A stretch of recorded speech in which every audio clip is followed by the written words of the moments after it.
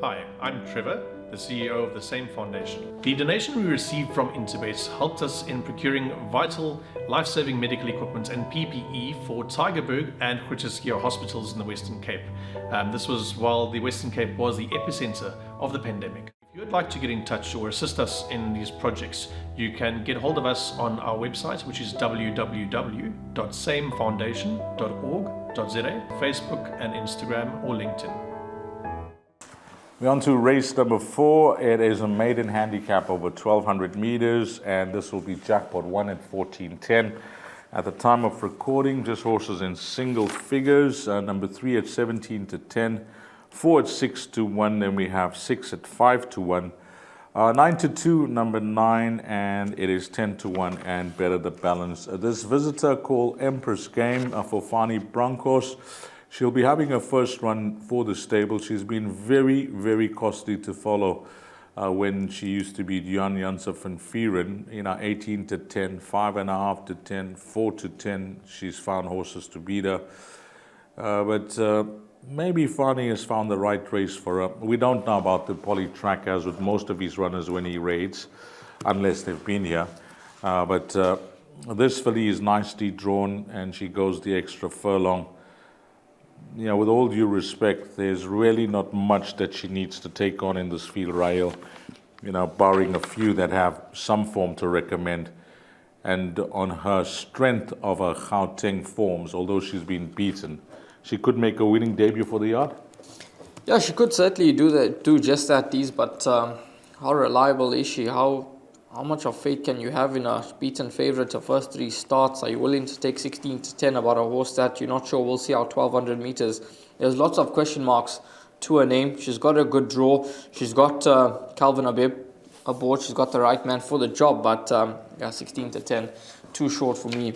I think that she's vulnerable. I think that there's opposition and lots of opposition in fact, but it's sort of hard to find 2 horses or 3 horses that could fight us to finish. Just having a look at this field, obviously there's quite a few well-tried individuals here. A horse by the name of T-Rex. Now his last 4 starts in fact, haven't been his best starts. But last time out he was only 3 lengths off perfect outlook, having his 3rd run after Gelden. He meets a much weaker field than what he has met of late. He's got the poly-track experience. And if that draw isn't too much of a concern for him, he could be a nice horse that you want to include in the play at around 16 to 1 in the market. I can see him running a better race and improving and building on his last performance behind perfect outlook. So he'd be a horse on my radar.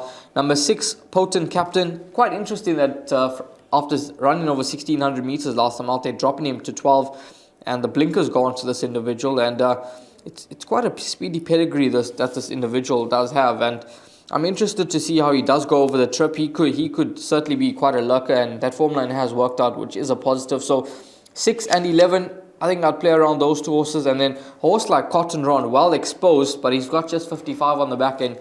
He could make his presence felt, especially the fact that Louis Cousin has got his horses in a good space at the moment.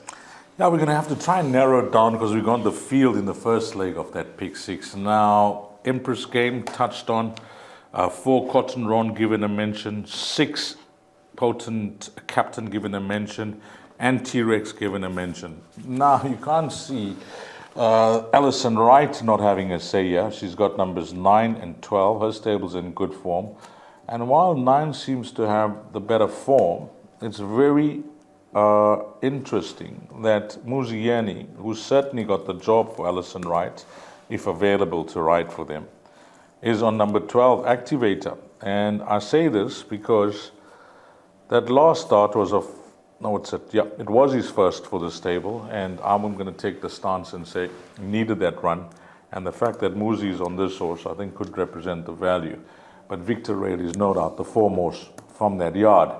So there are horses that we've given mentions to, and we haven't touched on a few more, like Cabernet, Paul Lafferty's runner, who has gone off form since that promising debut run, but there have been valid excuses. If you just have a look at the comments here, cast a left 4 shoe, lame, last time out, bumped, lame.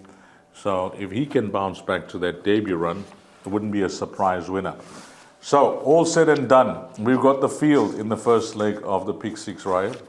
We now have to narrow this down. Can we include 6 runners, or do we need more? If we need more, it's a field race. Which number are we starting from? Well, I'm going to give you 3, and then you're going to give me 3. And okay, we'll include 3 as the obvious horse. Okay. So let's pick 2 each, and then we'll toss a coin for the last one. We're going to choose 6. I'll go 6 and 11. So 6 and 11. So it's 3, 6, and 11. So Ryle's going 6 and 11. I'm going to go 9 and 12. I'm going to include both those horses in. So you got the last choice to try and choose one more between 4 and 5. I think let's go with the 4Ds, Cotton Run.